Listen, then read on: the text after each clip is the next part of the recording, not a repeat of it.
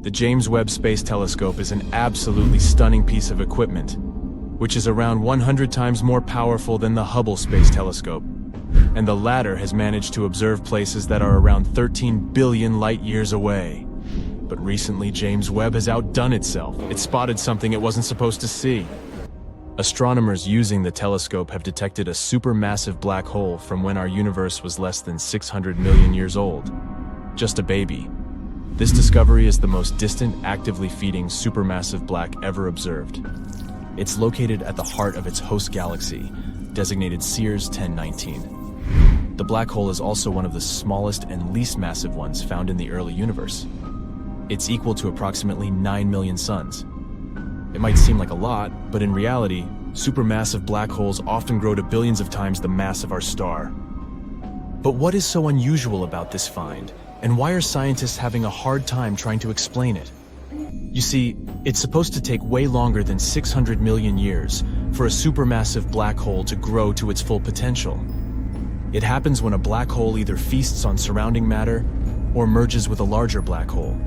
Even black holes similar to the one at the center of our Milky Way galaxy, which is almost 4.5 million times the mass of our sun, are supposed to be seen in the more recent universe. Well, to tell you the truth, scientists have long suspected that supermassive black holes could have existed in the early universe. But this theory has been proven only thanks to the JWST and its infrared eye. It has shown that the black hole Sears 1019 is actively munching on all the matter it can lay its hands on. Such feeding black holes are usually surrounded by swirls of gas and dust falling inside them. Such swirls are also called accretion disks. The gravitational force of a black hole heats this matter, which makes the disk shine bright like a diamond. Sorry, but that's not all. Strong magnetic fields produced in the process channel the matter to the poles of the black hole. And from time to time, this matter is blasted out of there in twin powerful jets. They move at a speed that is close to the speed of light, which generates incredibly bright light. By the way, astronomers were watching the galaxy hosting the unusually old black hole as part of the Cosmic Evolution Early Release Synth survey. They saw the galaxy as it was when the universe, which is around 13.8 billion years old now, was a mere 570 million years old. Besides the main character of this video, scientists spotted two other black holes. Those probably appeared 1 in 1.1 billion years after the Big Bang, and 11 ancient galaxies that existed between 470 and 675 million years after the beginning of cosmic history. The coolest thing about all these discoveries is that until recently, all research about things that existed in the early universe was mostly theoretical. But now, with the help of the James Webb Telescope, astronomers can not only see galaxies and black holes at unimaginable distances, but they can also measure them. This isn't the only discovery connected with black holes made recently. For example, not so long ago, scientists saw two stars slow down in their orbits around black holes, and concluded it was most likely the result of drag produced by dark matter. It was the first time astronomers might have discovered some indirect evidence that huge amounts of dark matter could surround black holes. Now, about that dark matter. What is it, and what does it consist of? Our universe consists of normal matter, and dark energy. Normal matter, which is everything you can see with your own eyes or with the help of instruments, makes up around 5% of the universe. Since it's such a small fraction of the universe, maybe we shouldn't call it normal? Dark energy takes up around 68%, and about 27% of the universe is dark matter. This dark matter is just one more space thing that confuses scientists to no end. If dark energy is a force responsible for the expansion of the universe, dark matter is supposed to explain how objects work together. Potential candidates for dark matter vary from strange particles to super-dim objects. But even though astronomers can't grasp what exactly dark matter is, they know for sure what it isn't. This matter is dark, so we can rule out visible stars and planets. It also can't be dark clouds of normal matter. Otherwise, scientists would be able to detect it. Dark matter is not antimatter, since astronomers don't see unique gamma rays that appear when antimatter comes in contact with matter. And neither is dark matter gigantic galaxy-sized black holes. In other words, dark matter is still as much of a mystery to us as dark energy. Anyway, back to the potential dark matter discovered around the black holes. If it is confirmed, it'll be a great breakthrough in dark matter research. What helped scientists come up with this idea is that dark matter interacts gravitationally, influencing ordinary matter. So, a team of researchers watched the orbits of two stars decay by about 1 millisecond per year, while they were circling their companion black holes. The scientists concluded that these changes in speed were the result of dark matter generating friction and a drag on the stars. With the help of computer simulations of the black hole systems, the team tested a model widely known in cosmology. It's called the dark matter dynamic friction model, and it predicts a certain loss of momentum by objects that are gravitationally interacting with dark matter. And guess what? The simulation matched these predictions. The results of this research helped to confirm a theory that had existed for a long time, that black holes can actually swallow dark matter that comes too close. As a result, dark matter gets redistributed around black holes, creating areas with different densities, which can influence the orbits of surrounding objects, like the stars we've been talking about. Speaking of black holes, there's a theory that primordial black holes could actually be dark matter. This type of black hole is hypothetical since scientists have never got any real proof of their existence. Such holes are insanely old and quite tiny, by black hole standards, that is. Astronomers believe they could appear several milliseconds after the Big Bang. At that time, stars and galaxies weren't born yet. It means primordial black holes probably witnessed the entire history of the universe. By now, the smallest primordial black holes have most likely evaporated away, but some bigger ones can still be scattered out there in space.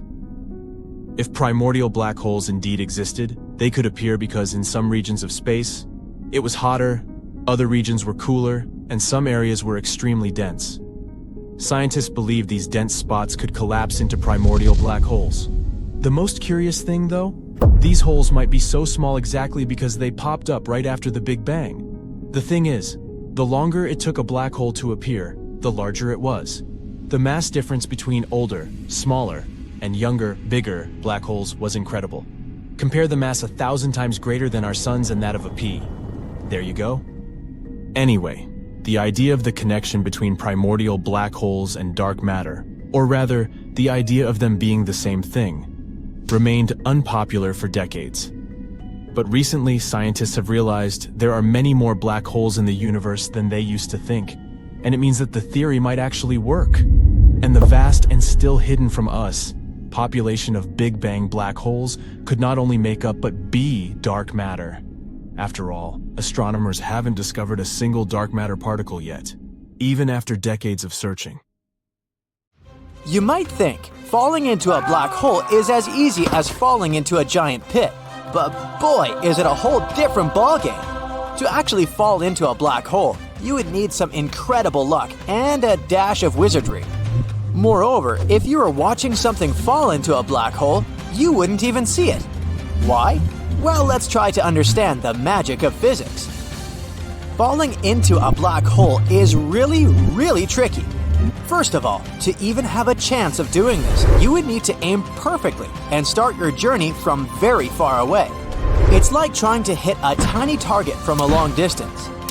That's because black holes exist within galaxies, which are filled with other objects like stars, planets, and gas clouds. These objects have their own gravitational forces that can influence the path you need to take. It's like you have to carefully navigate through the room, avoiding bumping into others or getting pulled off course by their movements.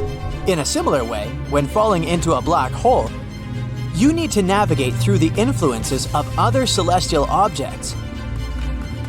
As you get closer, things get even more complicated. Making even the tiniest change in direction would require a tremendous amount of energy that you wouldn't be able to generate. It's like trying to steer a spaceship with no fuel left. This is because the black hole's gravitational pull is immensely strong. Once you pass the point called the event horizon, there's no coming back. You wouldn't be able to control anything. Now, even if you somehow manage to get on the right path and avoid all the obstacles, there's still a dangerous situation waiting for you. The intense heat and energy around the black hole, called plasma, would fry you as you get closer. So, you would need some impossibly strong protection to get even close to it. But not only is it nearly impossible to fall into a black hole, it's also impossible to see someone falling in it. Why? Let's find out. Imagine you're standing far away from a black hole, watching something getting closer and closer to the event horizon. As this thing, let's say it's a spaceship, falls into the black hole, two very strange things start happening. First, the color of the spaceship will change. You see, the gravity near a black hole is incredibly strong, much stronger than anything we experience here on Earth. This intense gravity affects everything around it, including light. Now, light has this fascinating property where it carries energy. But when light gets close to a black hole, the powerful gravitational pull starts sapping away its energy, kinda like stealing it, making light weaker. And you know how when you look at a beautiful sunset, the sun appears to be this warm, reddish-orange color? Well, that's because when sunlight travels through our atmosphere, it scatters and loses some of its higher energy bluish colors, leaving behind the redder ones. So when light loses energy, it tends to shift towards the red end of the color spectrum. The same thing happens near a black hole. The light from the spaceship loses energy due to the black hole's strong gravity. So, the spaceship, which initially had its own color, starts looking redder and redder as it gets closer to the black hole. It's as if the black hole is casting its magical spell, changing the color of the spaceship itself. The second weird thing is related to time. According to a theory of general relativity, gravity can mess around with time itself. And it works in a very strange way, because none of you, not you, not people on board a spaceship, will feel this change. For you, an observer in this scenario, time is flowing just like it always does. You're just sitting there, sipping your space lemonade and watching the spaceship's journey. For people on a spaceship, things are the same. Their watch ticks away at a regular pace, and they go about their day as usual. But, objectively, for you, it would be like watching a spaceship fall in slow motion. It will seem to you that it's been falling into a black hole for weeks or even years. You might turn 80 and the spaceship is still out there. Crazy, right? Now, if time slows down for the spaceship, it means the light it emits also slows down. So, imagine someone on that spaceship flicking a flashlight on and off. But because time is moving so slowly, the light coming from the flashlight also moves in slow motion. It takes ages for each burst of light to reach your eyes. You'll be watching a spaceship as if you're watching a video in super slow motion. And when light takes longer to reach your eyes, it becomes weaker and dimmer, just like a fading star. So, as the spaceship gets closer and closer to the black hole's event horizon, not only does it start looking redder, but it also appears dimmer. So it becomes harder and harder to see the spaceship as it gets closer to the black hole. It slowly fades away, like a disappearing act on the grandest stage of the universe. Pretty mind-boggling, isn't it? But that's all about you, the observer. And how are people on board doing? What do you actually experience when you fall into a black hole? As you get closer to the black hole, something really weird starts happening. The gravity near the black hole is so powerful that it stretches and warps everything around it. So the difference in gravitational pull between your head and feet becomes significant. This difference creates a tidal force, which stretches your body like a long, thin shape. It's a process that's scientifically called spaghettification. Essentially, you would be stretched into a human noodle. Being turned into spaghetti might sound fun for a pasta lover, but it's definitely not so great for an astronaut. Meanwhile, colors around you begin to warp and distort, creating a dazzling light show. It's like riding a roller coaster through a rainbow tunnel. Twists and turns, flashes and sparks. It's an exhilarating, mind-bending experience. And then, what happens to you depends on the type of black hole. First, we have classical black holes. These are black holes that exist forever. If you fall into this black hole, it would take an incredibly long time to reach the center. The center would keep getting closer and closer, but you would need an almost infinite amount of time to reach it. So it would feel like your journey would never end. And then we have evaporating black holes. These black holes can evaporate over time due to a process called Hawking radiation. It's just like the ice cubes melting away. These black holes have a limited lifespan, and it's basically impossible to fall into one of them. As you approach the evaporating black hole, you find yourself hovering near its edge, the event horizon. It's like being stuck at the entrance of a super cool amusement park. But guess what? This amusement park is shrinking. The black hole is evaporating, and as it does, the event horizon gets smaller and smaller. So you stay right at the edge, tracking its every move, but you will forever stay in this event horizon without ever crossing it. But remember, once you pass the point of no return, there's no way back. You're on a one-way ticket to the mysterious heart of the black hole, the singularity. At the singularity, everything goes bonkers. Our current understanding of physics goes haywire, so it's a bit like entering a magic show. What happens once you reach the singularity? Is there anything on the other side of a black hole? We have no idea. It's a big mystery for us, but maybe we'll figure this out someday. So, my friend, it's best to admire black holes from a safe distance and let your imagination soar with the incredible wonders they hold. Just remember to keep your pasta on your plate and not near these cosmic spaghetti makers. Well, it turns out black holes might not be as elusive as we once thought. They might be hiding within stars. In this case, the extra mass of some of these space lanterns could explain weird gravitational effects in the universe. Previously, dark matter was the cause of these phenomena. The black holes I'm talking about might be those itty-bitty ones that appeared at the dawn of time when the universe was just a baby. And they may still be lurking in the hearts of giant stars.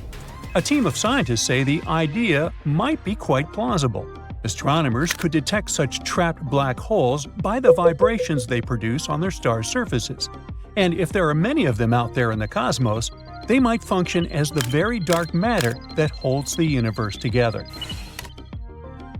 Almost any black hole was once a massive star that collapsed in on itself and became incredibly dense.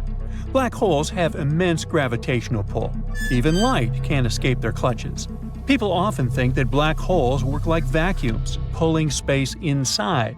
But that's not the case. Black holes can only swallow stuff that is extremely close, usually space objects venturing into their event horizon. That's a black hole's point of no return. Once you cross this border, there's no escape.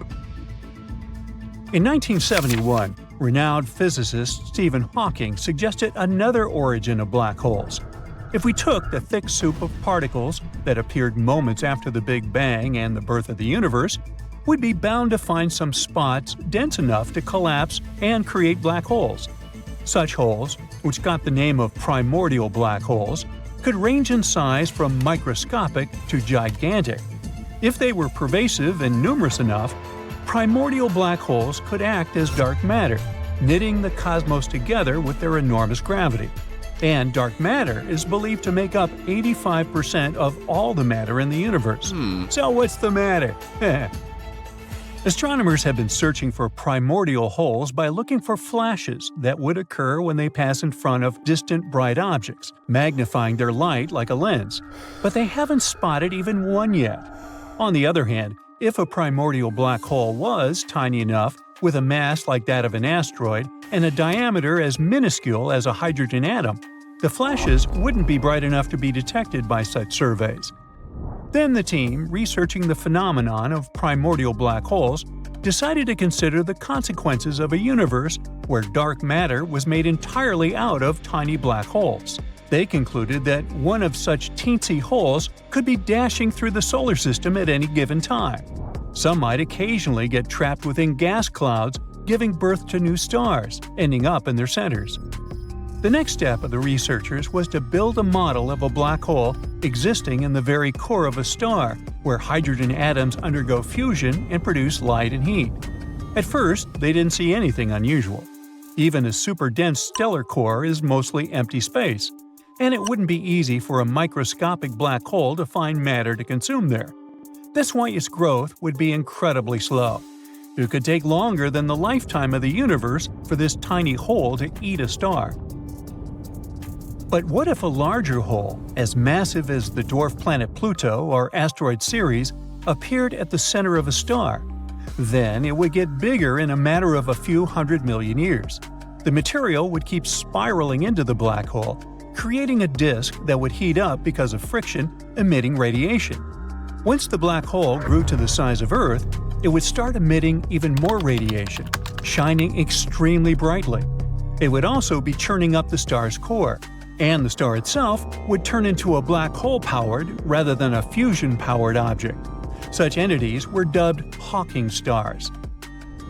To cool off, the exterior of a Hawking star would form a red giant.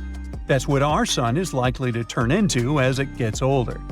But a red giant star with a primordial black hole at its center would be cooler than the stars that have reached this stage through regular means. Such stars are known as red stragglers. To find out whether they indeed host a black hole, astronomers might need to tune into the frequencies at which stars vibrate. Since a Hawking star would mostly affect the interior of the star rather than its topmost layers, the star would thrum with a certain combination of frequencies. The waves created in the process could be detected in a way the star's light would pulse and throb. So, all scientists need to do now is study the already known red stragglers and figure out whether any of them show the characteristic vibrations of a black hole. Now, should we worry about the Sun? Since our star hasn't reached its red giant stage yet, we can't know whether it'll turn into a cool red straggler. What we know, though, is that our star might contain those tiny black holes that formed in the Big Bang.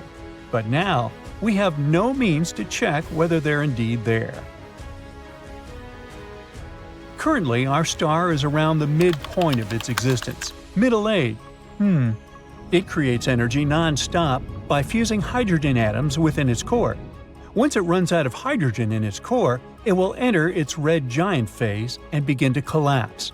It'll happen in about 5 billion years, don't hold your breath, and the phase itself will last for 1 billion years or so before our star depletes its fusible materials and loses its outer layers. It will leave behind a tiny white dwarf star half as massive as the Sun and around the size of our planet. In some cases, when the gravitational collapse of a star's core is complete, the star remnants turn into a black hole. But that's not the fate awaiting our Sun. You see, our star just doesn't have what it takes to become a black hole. It's not heavy enough.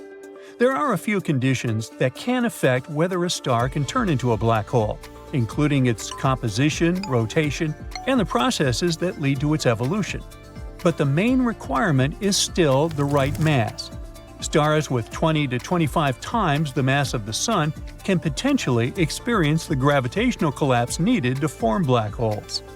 In other words, the Sun is simply too small to form a black hole. But what would happen to us if it did? You might assume that if the Sun turned into a black hole, our planet would be doomed to be pulled into it. But do you remember the basics? Black holes aren't giant space vacuum cleaners, just sitting there and waiting for a new planet or star to get their hands on. Mwah. But black holes don't have enough gravitational force beyond that created by their incredible mass. And if the Sun were to turn into a black hole, which will not happen, this hole would still have the same mass as our former star, and Earth's orbit around this newly formed black hole wouldn't change. But all other things would change dramatically. The Sun, which is currently around 432,000 miles in radius, would shrink to a mere 1.9 miles in radius. But you wouldn't be concerned with the absence of the bright yellow sphere in the sky, since you have many more pressing issues on your hands. Our planet's main heat source would be gone, leaving us frozen in the dark. Without this source of energy, photosynthesis would immediately stop, disrupting entire food chains. Eventually, all life on Earth would be extinguished. But rest assured, our hard, barren rock of a planet would continue in its orbit. Oh well. If the multiverse theory is correct, ours is not the only one out there. Which is as interesting as it is scary, right? Now, not every scientist is on board with this mind-bending concept. And let's be honest, the idea of actually making contact with these parallel universes sounds about as probable as winning the lottery while riding a unicycle. But hold on tight, because this strange concept isn't just limited to the realms of fiction anymore. Believe it or not, a bunch of scientific theories actually support the existence of parallel universes. And let me tell you, it's a topic that stirs up quite the debate in scientific groups. Now picture this. The universe we live in is mind-numbingly vast. We're talking billions, some say even trillions of galaxies swirling around, each packed with an almost uncountable number of stars. Some brainiacs studying the universe's shape suggest that its diameter could span a staggering 7 billion light-years. Others even argue that it might be infinite. Could there be more out there than meets the eye? Well, real scientific theories are exploring the possibility of universes existing alongside, beyond, or even mirroring our own. These intriguing concepts of multiverses and parallel worlds often intertwine with other, more familiar scientific ideas like the Big Bang, string theory, and quantum mechanics. In order for us to figure out what's out there, we have to rely on the information we're a bit more confident in, right? Let's rewind the cosmic clock about 13.7 billion years ago. Everything we're able to see today was squished into a minuscule singularity. Then, if the Big Bang theory is to be trusted, it all went boom. The universe inflated with a speed faster than that of light everywhere, within less than a second. The way the universe went pop has led some clever researchers to ponder the existence of more than one universe. They question whether that sudden growth ended everywhere at the same time. While the expansion ceased for everything we're able to see from Earth 13.8 billion years ago, cosmic inflation might still be ongoing in some other mysterious corners. Some theoretical physicists say that as inflation ends in one place, a new balloon universe forms. But here's the catch: you can't just hop from one bubble to another like intergalactic tourists. These bubble universes are expanding indefinitely, and their edges are zooming away from us faster than light can travel. And here's where things get even more confusing. Let's say we somehow manage to reach the edge of our local balloon and encounter the next universe. Well, those same theoretical physicists mention that the neighboring universe could be a whole different ballgame. It might have completely different laws of physics, making it a bizarre place for us. Following the same idea, some say that in this vast multiverse of bubble universes, there might be other life forms just like us. The problem is, we're getting farther away from them with each passing moment, and our paths will never cross. Other super smart researchers out there are trying to connect parallel universes with quantum mechanics. Now, quantum mechanics is basically the fancy math behind teeny tiny particles. According to it, these particles can exist in multiple states all at once. They call it a wave function that holds all the crazy options. But here's the catch. When we observe these particles, we only see one outcome. It's like the universe keeps playing hide and seek with us. Now, there's this theory called the many worlds theory that says whenever we observe one outcome, another universe pops up where a different outcome becomes real. It's like our universe acts as a giant tree, constantly branching into countless versions of itself. These alternate universes can't mingle, though, so you wouldn't even know if there are a bunch of other yous living slightly or totally different lives. This many worlds theory is pretty bold and a bit hard to prove or disprove. And that's not great for science because scientists love to test and experiment with their ideas. But if there's infinite space out there, why wouldn't there be infinite universes too? Try to imagine the universe as this giant cosmic playground. Some specialists believe that if it's indeed never-ending, then there's only a limited number of ways that its building blocks can arrange themselves. Eventually, they have to repeat certain patterns. If this is true, then it may be possible that somewhere out there, there might be another version of you living the exact same life, even down to what you had for brunch yesterday. Did we ever have any proof of these supposed parallel universes? Well, some say we did. Have you heard the tale of the mysterious man from Taured? It's the story of a man that ended up at a Japanese airport saying he was from a totally unknown country called Taured. Now, some folks think it's proof of time travel, while others believe it's evidence he came from a different universe altogether. As much as you'd like to believe the story to be factual, the tricky part is this Taured place. There's a reason you haven't heard of it. There's no Taured to be found, whether in the present day or back in the 1950s when this supposed incident happened. After the airport incident, the man just vanished into thin air a day after arriving in Japan. Poof, gone forever. Let's rewind to that fateful day in July 1954 when the man from Taured supposedly landed in Tokyo. Descriptions paint him as a bearded, French-speaking man. Nothing too outlandish so far, right? Depending on who's telling the story, things start to diverge a bit. In one version, when the man hands over his passport to get stamped, the Japanese officer's eyes bulge out. While the passport looked legit, the country listed as Taured isn't recognized by anyone, including the officer and other officials. Naturally, they take our Taured visitor away for a little Q&A session.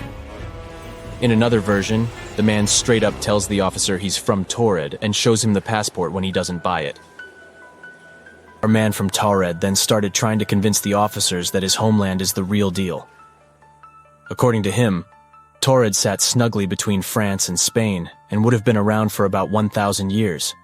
To prove his point, he even points to the area on a map that matches the Principality of Andorra. Obviously, things took a mysterious turn. The officers decided to hold the man in custody, suspecting he might be up to no good. They put him up in a nearby hotel for the night, but not without stationing 2 people outside his room to keep an eye on things. Can you guess what happens next? Drumroll, please. When the officers showed up the next morning, ready to continue their investigation, the man had vanished without a trace. No sign of escape, and to make matters even more puzzling, all his personal documents have magically vanished too. What if the man from Taured was a time traveler or an intergalactic adventurer? Some have even delved into the realms of science fiction to explain this bizarre event, and you won't believe the number of people on the internet who've latched onto it as evidence for alternate realities. One of the weirdest ideas suggests that the man accidentally stumbled into a parallel dimension and ended up at the Japanese airport. In that parallel universe, there's an Earth just like ours, but instead of Andorra, they call it Taured over there. Another idea floating around was that the man was a time traveler from the future. Sorry to break it to you, but the most reasonable explanation for the whole story of the man from Taured is that someone's imagination went wild.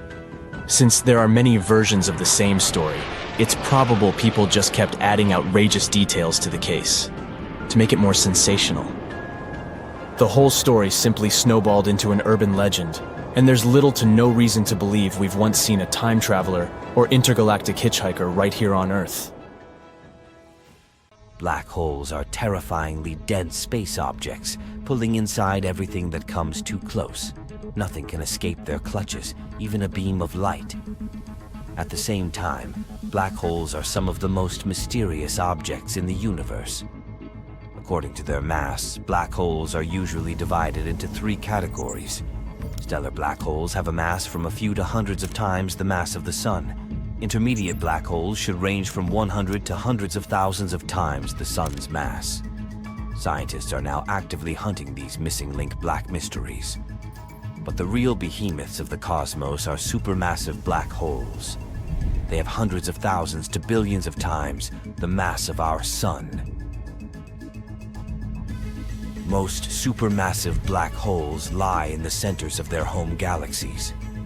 You can probably say that they sit in the gravitational driving seat. Meanwhile, hundreds of billions of stars, planets, and moons orbit them. Let's have a look at the biggest black holes astronomers have found so far.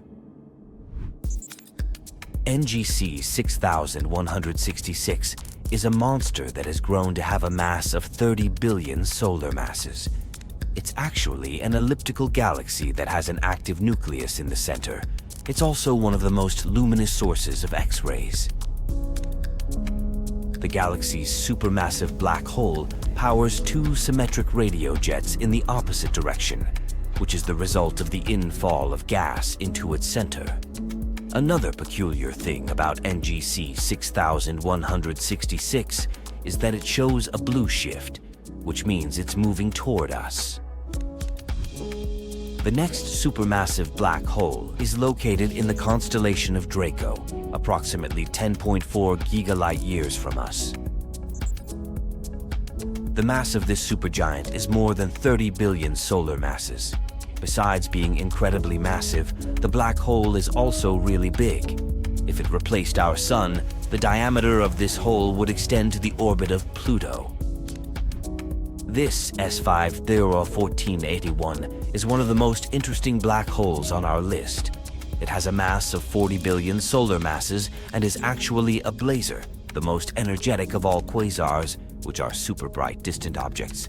The blazar's luminosity is 300 trillion times that of the Sun and more than 25,000 times as great as the luminosity of all 100 to 400 billion stars of the Milky Way galaxy combined. But since the distance to this quasar is about 12.1 billion light-years, we can't see it directly. But we know that the central black hole of the quasar consumes huge amounts of matter, about 4,000 solar masses of material every year. IC 1101 is a supergiant elliptical galaxy. It's the most massive known galaxy so far. Since this galaxy is elliptical, it isn't filled with gas. That's why the star formation in that region is very low. As for the black hole at the center of IC 1101, it has a mass of 40 to 100 billion solar masses and emits clear radio signals. Recently, astronomers have discovered a gravitational space wonder that is swollen to really unimaginable proportions. The black hole I'm talking about is TON 618, and it's a mind-boggling 66 billion solar masses. The thing is so massive that astronomers had to think of a new term to describe it. They came up with an ultramassive black hole. Imagine gathering all the stars in our home Milky Way galaxy and squishing the matter they're made of into one black hole, and it still won't be enough to create a TON 618. If this monster of a black hole replaced the Sun, its radius would be more than 40 times the size of Neptune's orbit. You probably know that black holes are made of matter packed together as densely as possible. And still, it doesn't mean that black holes are some kind of space predator, roaming galaxies and munching on everything they come across. TON 618 still has a whole galaxy filled with stars and other stuff happily orbiting it without getting pulled inside. What I want to say is that the perception of black holes as giant vacuum cleaners is wrong. In reality, it's incredibly hard to grow a black hole. Try to do it and you'll see. Brace yourself. You're about to hear one of the most unusual sounds ever. It's come from space, and it's the sound of two black holes colliding. But first things first, our ears are designed in a special way, which helps us translate sound waves. But these sound waves become mute once the medium they're traveling through comes to an end. It happens when, for example, the atmosphere of Earth gives way to the vastness and emptiness of the cosmos. At the same time, there are some sound waves that can move even through a vacuum. And we can translate these vacuum-friendly waves into sounds our human ears can hear. That's kind of like radio transmissions work. Over the past few decades, people have sent quite many satellites to the far reaches of the solar system, and even beyond. These spacecraft are equipped with sensors designed to hear such things as radio and plasma waves, flowing freely through interplanetary space. These instruments are crucial for research and communication reasons. An additional bonus is that, now, we can finally hear different kinds of space waves as audible sounds. The results are often ear-splitting sounds, and sometimes audios are downright scary. Usually, when two black holes collide, they don't produce a sound.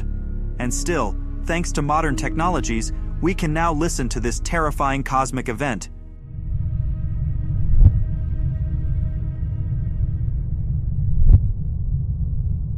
Do you hear it? This chirping sound is the sound that two black holes produced while slamming into each other around 1 billion light-years away from our planet.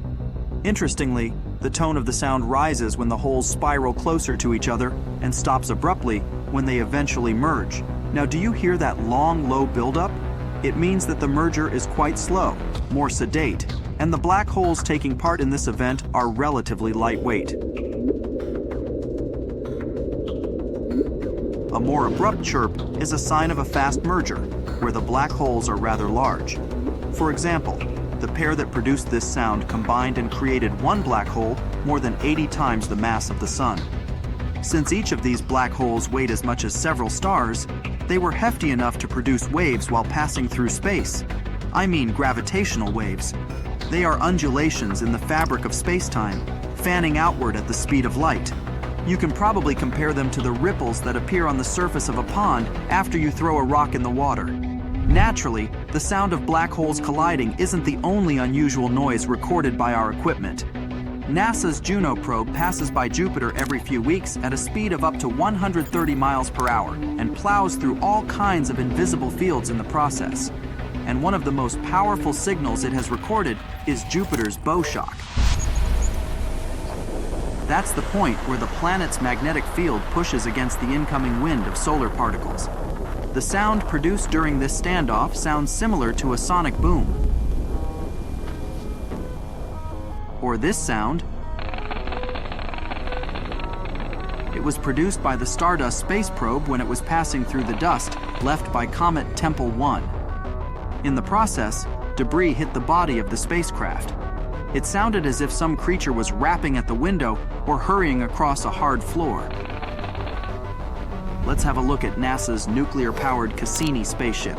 It spent 13 years exploring gas giant Saturn and its numerous potentially habitable moons. This mysterious and a bit spooky sound is actually radio waves emitted by the massive planet. Such waves are caused by a phenomenon which is similar to the one producing auroras on Earth.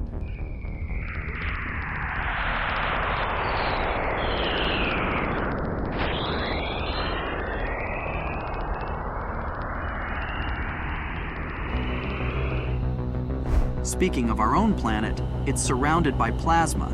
It consists of hot, ionized particles generated by sunlight. They're constantly slamming into Earth's atmosphere. NASA's Polar mission, which was launched a few decades ago, managed to record this breath-like hiss.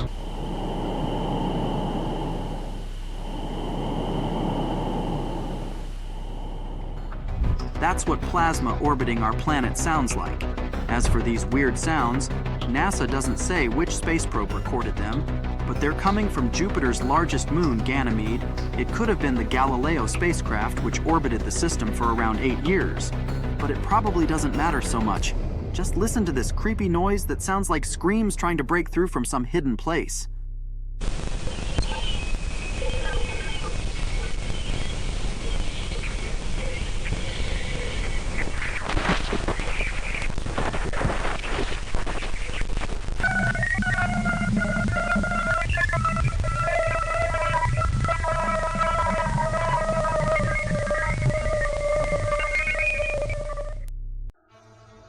There's this mysterious thing in space, an unusual spot that scientists haven't been able to explain for more than 15 years.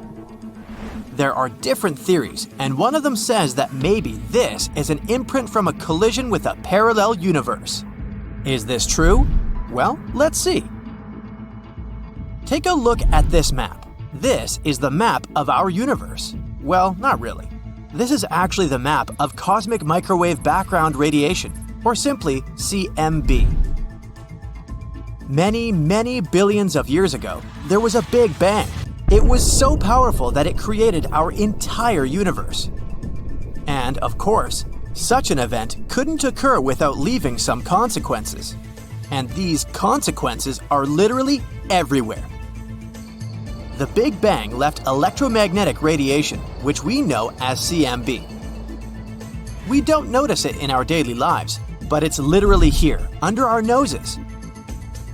And if you had some kind of superhuman vision, you would see how everything around you shines with this dim light.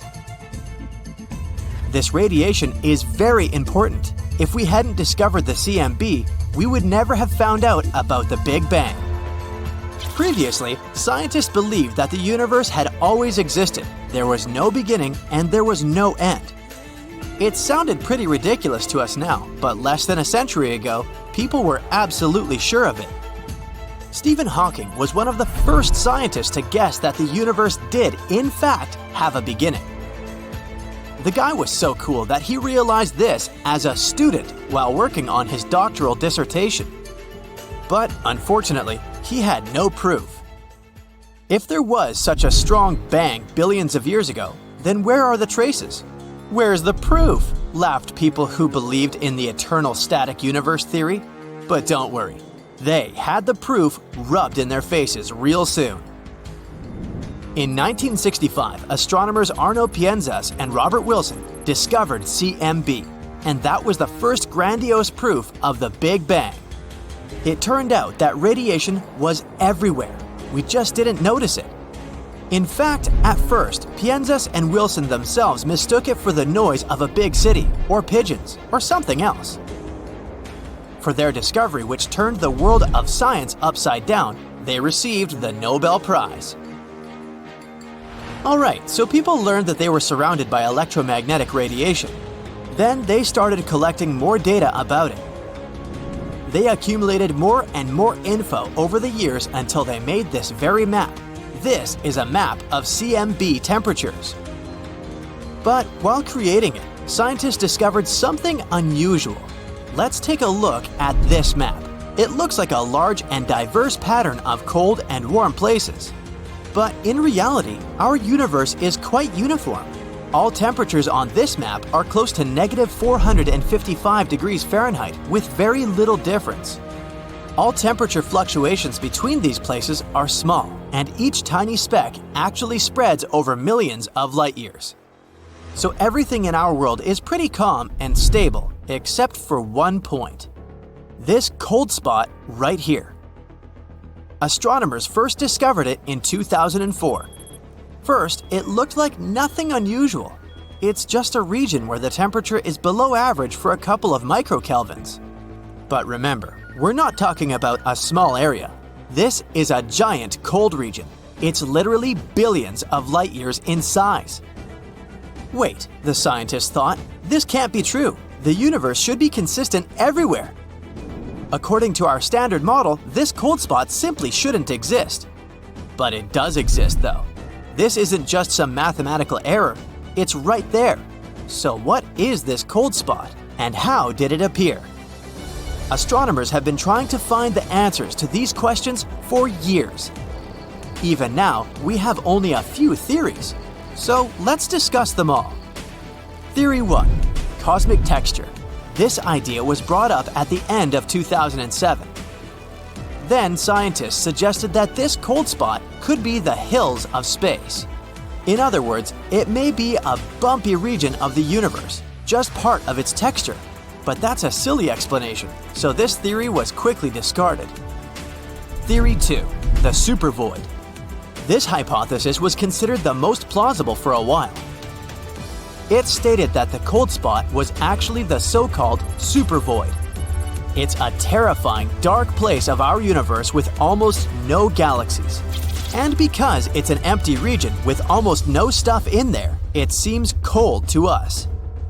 However, this theory was refuted in May 2017. After carefully examining the cold spot, scientists found out that there were no signs of a supervoid there. Moreover, voids and supervoids, which actually exist by the way, are still very small in size. The cold spot is literally thousands of times bigger than them, so there must be some other explanation. And there is one, perhaps the most bizarre of them all. Theory 3. A parallel universe. This controversial idea was put forward by cosmologist and theoretical physicist Laura Mersini-Houghton. She suggested that the cold spot could be an imprint from the collision of our universe with a parallel one. Standard cosmology cannot explain such a giant cosmic hole, says Mersini-Houghton. This is the unmistakable imprint of another universe beyond the edge of our own. Her assumption is based on the theory of the multiverse. This theory says that there's actually an infinite number of universes like ours in the world. They constantly collide with each other, giving each other a push, which creates a new Big Bang. So maybe the cold spot is a bruise from such a collision. For quantum mechanics, such crazy theories are pretty common, but for standard physics and our simple understanding of the world, this is earth-shattering. Of course, we need strong evidence. And Mersini-Houghton's team has begun to work on it. Professor Tom Shanks from the Center for Extragalactic Astronomy at Durham University also participates in this research. The craziest sounding of the exotic models for the explanation of the cold spot, the multiverse is actually the most standard in terms of our current model of the universe, he wrote in one of his works. So, what evidence do we need? Well, our cold spot is located in the southern hemisphere. According to Shanks, if there really was a collision between two universes, we should find another cold spot, and it should be in the opposite northern hemisphere. If astronomers actually found it, this theory would be confirmed, and it'd become the first proof of the existence of a parallel universe. But it's not that easy. To find a second spot, we need the latest, highly sensitive telescopes. We also need to find out some info about the nature of dark energy, how it affects space, and, in other words, there's still a lot of work to do. Not so long ago, scientists actually believed they had discovered the second spot. Researchers from New Mexico thought they had found it in the northern hemisphere. But unfortunately, this is likely to be a mistake. The map these researchers used had a high measure of randomness, so it's possible that their discovery is just an accident caused by other voids. So, basically, we haven't found another cold spot so far despite careful analysis. But again, even the best modern equipment is not perfect, and it doesn't mean that there's no second spot. It just means that we haven't found it yet. But if one day we did find it, it could change the world of science forever. We'd confirm not only the theory of parallel universes, but also the famous string theory. It could explain everything that occurs in our world. But if this happens, we'll get even more questions than we already have. How did these two universes collide? How does it all work? So far, it's all just guesswork. We can't claim that the cold spot is a print from the collision of parallel universes. But we can't refute this either. Actually, we may never know the truth at all. But it's still interesting to strive for it. So imagine that ChatGPT will start perceiving itself as a person and will feel emotions in a few years. Many people are afraid that it will want to take over the planet. However, this fact won't be as important as the question people will start asking themselves at that moment. If humanity has created a machine with self-awareness, then could it be that humanity was also created artificially? Now, artificial intelligence lives on the internet, computers, and in digital reality.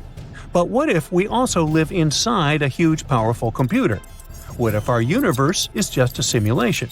The most extraordinary thing is that some facts seem to point to this. There's a whole science in the world that studies this theory. It's called information physics, and it assumes that time, space, and matter are not fundamental natural phenomena, but bits of information. This information forms a picture that creates the laws of physics for us. For example, we feel cold and warm not because atoms get cold or warm, but because their movement accelerates or slows down. The speed of particles can be like bits of information. Billions of them could form the picture of reality. Once, philosopher Nick Bostrom said that an advanced civilization could create such complex technologies that simulations of these technologies would be indistinguishable from our reality. And Elon Musk said in 2016 that we were most likely in a simulation. Wow. The laws of physics resemble a giant code that programmers write when creating apps or games. For many of us, all these complex trigonometric equations and formulas of the laws of physics are too complicated. Tell me about it. But scientists who understand this issue see that the principal workings of these laws are beautiful, and this may suggest that someone deliberately created this beauty. Virtual worlds, apps, or games are based on information processing. If you delve into this information, you'll see that it consists of bits and pixels. Any picture on your phone screen is pixels, and any file transfer process is based on bits. They add up to bytes, kilobytes, megabytes, and so on until a bigger picture is formed. And if our life is a simulation, it must also consist of bits. In our case, pixels and bits are atoms and other particles that make up our universe. There are processes inside your computer and phone with maximum speed limits and computing power. If you start exceeding it, then your device will start working more slowly. So, in our reality, there is also a maximum speed limit. This is the speed of light. When an object starts moving almost as fast as the speed of light, time slows down for that object too. Also, time flows more slowly near a black hole.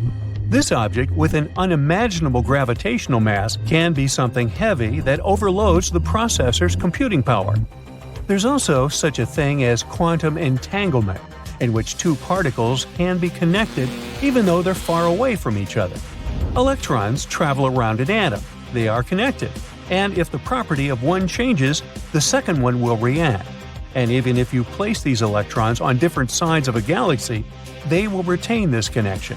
How is this possible? Scientists don't know. A double-slit experiment is one of the most famous experiments that hint that our world is a simulation. The existence of this experiment can be reduced to a simple thesis that the world exists only when we look at it or interact with it through touch, hearing, and other senses. So imagine that you've launched a new game on an old computer. Sometimes the game map freezes. In the game, you turn to the left and see how the mountains and the roads are getting loaded. Then you turn to the other side and the same thing is happening there.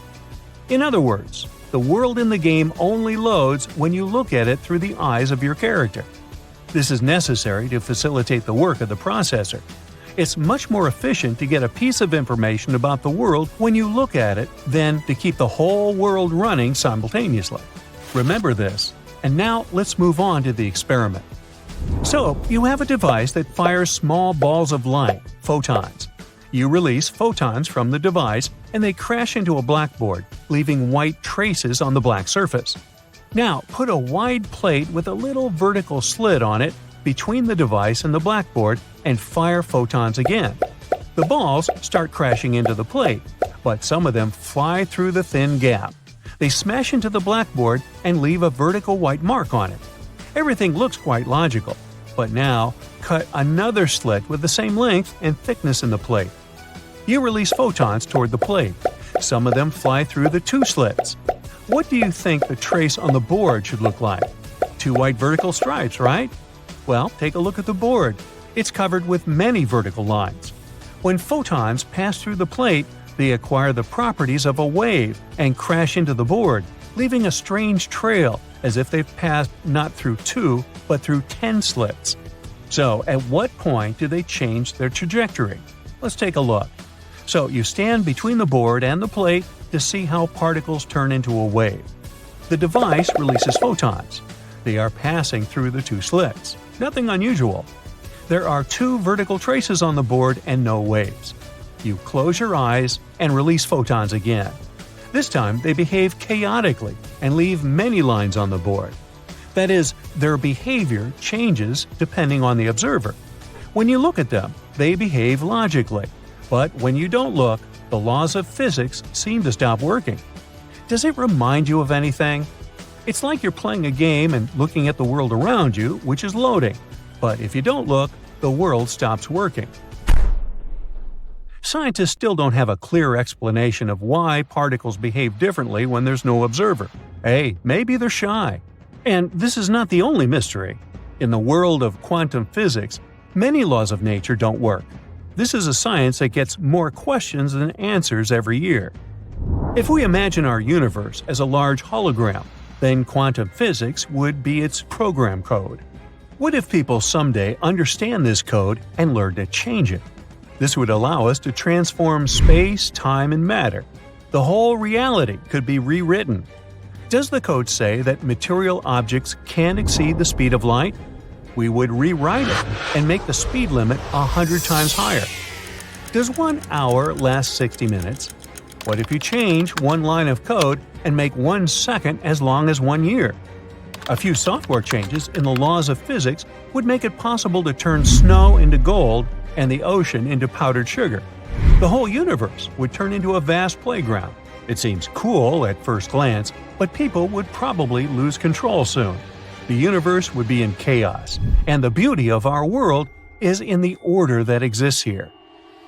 Now let's go back to artificial intelligence. Suppose its power reaches the level of the human brain, and it will become aware of itself. In that case, it won't come as a shock to it because it will most likely know the history of its appearance and stages.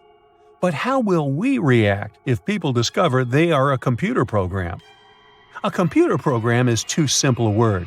A human is a complex, intelligent, multifunctional organism that experiences emotions, contemplates beauty, has abstract thinking, and much more. The term creation is more appropriate here. It won't matter if we were created artificially because our creation will still be beautiful and complex.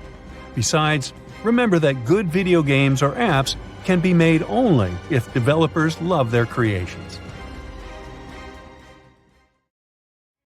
If you somehow fell into a black hole, it might change your future and erase your past. Well, at least theoretically.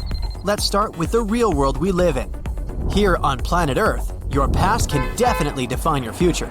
But imagine you're not on Earth, but somewhere out there in the endless universe, and you stumble upon a certain type of black hole.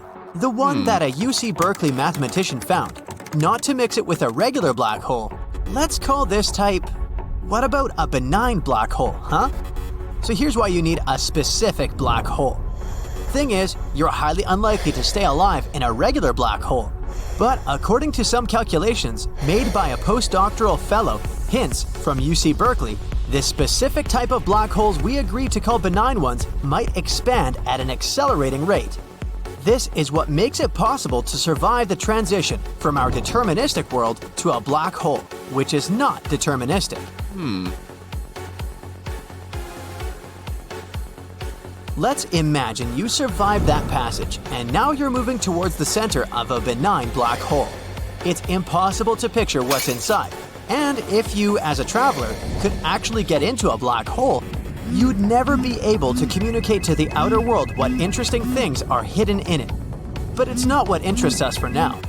We need to know how to get rid of the past. Hinz, the mathematician you already know, studies non-rotating black holes that have an electric charge. The most important thing about them is that besides the event horizon, they also have the Cauchy horizon. And here's the point. The Cauchy horizon is the place where so-called determinism simply breaks down. This may sound too scientific, but let me explain it to you. The Cauchy horizon is the place where your past doesn't determine your future any longer. So, here's a mathematically proven and apparently working method of how to get rid of your past. All you need to do is get into space, find a specific black hole, make it to the center, and get to the Cauchy horizon. However, if it sounds too complicated, you can simply try not to make mistakes here on Earth.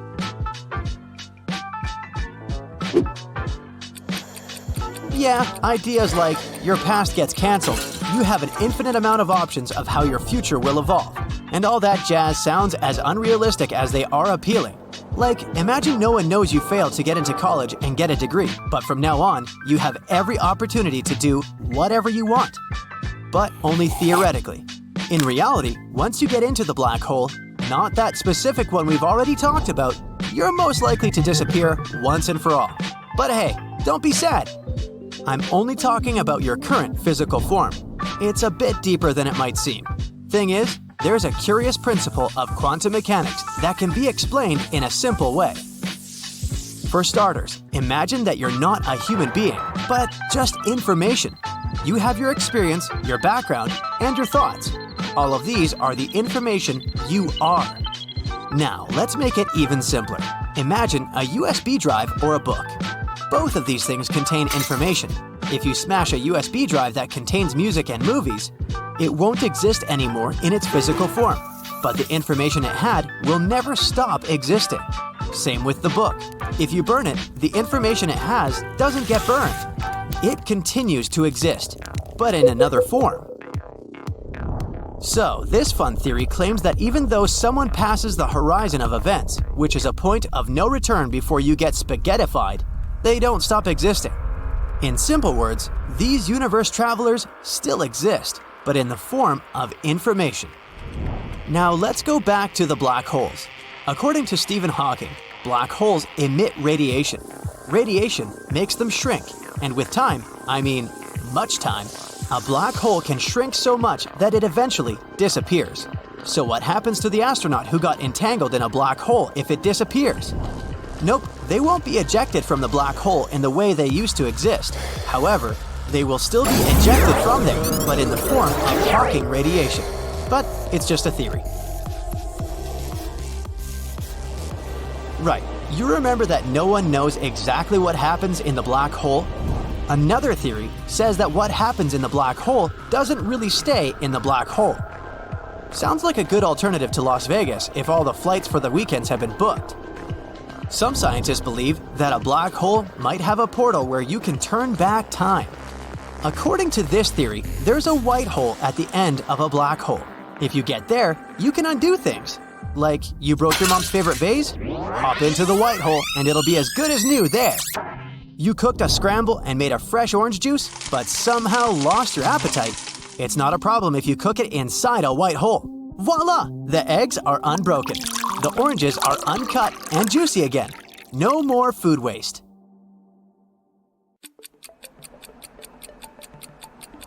Alright, turning back time sounds really cool, so I guess we might actually need a black hole to help us out. If a black hole was made in a, let's say, lab, it could devour things until it grew big enough to consume the entire planet. First, it would munch on the Large Hadron Collider, which might possibly create something similar to a black hole here on Earth. Next, Geneva, where the Large Hadron Collider is located. Then the whole country of Switzerland, then Europe. At that point, it wouldn't be long before the Earth was gone too. Luckily, if a black hole did appear, it would be so small that it wouldn't be able to do anything. Black holes actually produce a lot of energy and release it, often as heat, like a furnace. That means they will fade away when they run out of fuel. Even if a stable microscopic black hole was created, it would grow so slowly that nothing would happen. Assuming that it survived long enough to absorb the tiny particles around it, a black hole of this size would take super long to get even a pound of weight. I won't be around then. But a black hole on Earth could be a great thing. Even a relatively small one may emit enough energy to completely power humanity. We're talking a lot about food, huh? Let's not forget about spaghettification. The concept is quite simple, by the way. It's all about gravity. Imagine you're playing with chewing gum. With your force, you could easily stretch it so instead of a regular piece, you can get a long and thin one. The same happens to you. Black hole force is enough to stretch you as if you were a piece of chewing gum. Gravity holds you tight on one side, which makes you stretch. You may wonder, how come you don't get spaghettified on Earth if there's gravity too? Easy peasy. It's just too weak to do that with you. If you asked a butterfly to stretch the gum, would it be able to do that? Not likely. Their tiny limbs are just too weak. Same here. The Earth is just too weak compared to a black hole. So, if you were wondering whether you'll ever reach 6'6", it may never happen on Earth. But once you're in a black hole, you can go far beyond those mere 6'6 inches. Your best height moment won't last long though. If you stretch the chewing gum at one moment, it will simply tear apart. The same will happen to you because of spaghettification.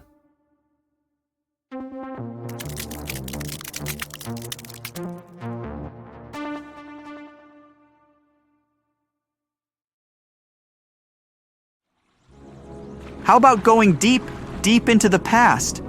To the times before humans existed, before the infamous asteroid hit Earth, wiping off 3/4 of life forms on the planet, even before the sun ignited or galaxies appeared in the darkness of the cosmos. So, before light could even shine, there was the Big Bang. It happened 13.8 billion years ago. But what was before that? Some scientists are sure that there was no before. Time started ticking as soon as the Big Bang occurred. We're unlikely to ever figure out what reality was like before that, if any. This is beyond human understanding. But there are those who disagree.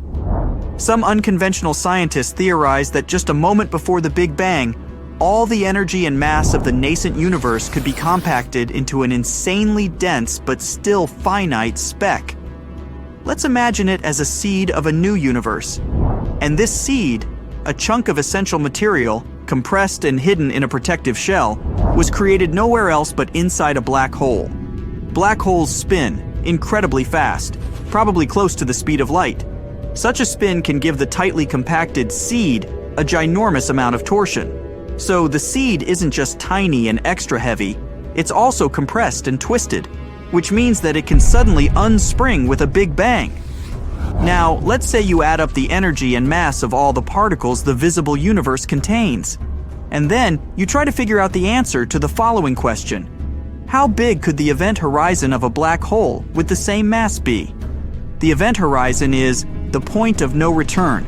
Once you cross this invisible line, there's no way back, even for light. But let's get back to our question. Shockingly, such an event horizon would be very close in size to the actual horizon of the observable universe. There's also this idea that became well known thanks to Stephen Hawking. According to it, every time a black hole appears in our universe, it probably gives rise to a baby universe.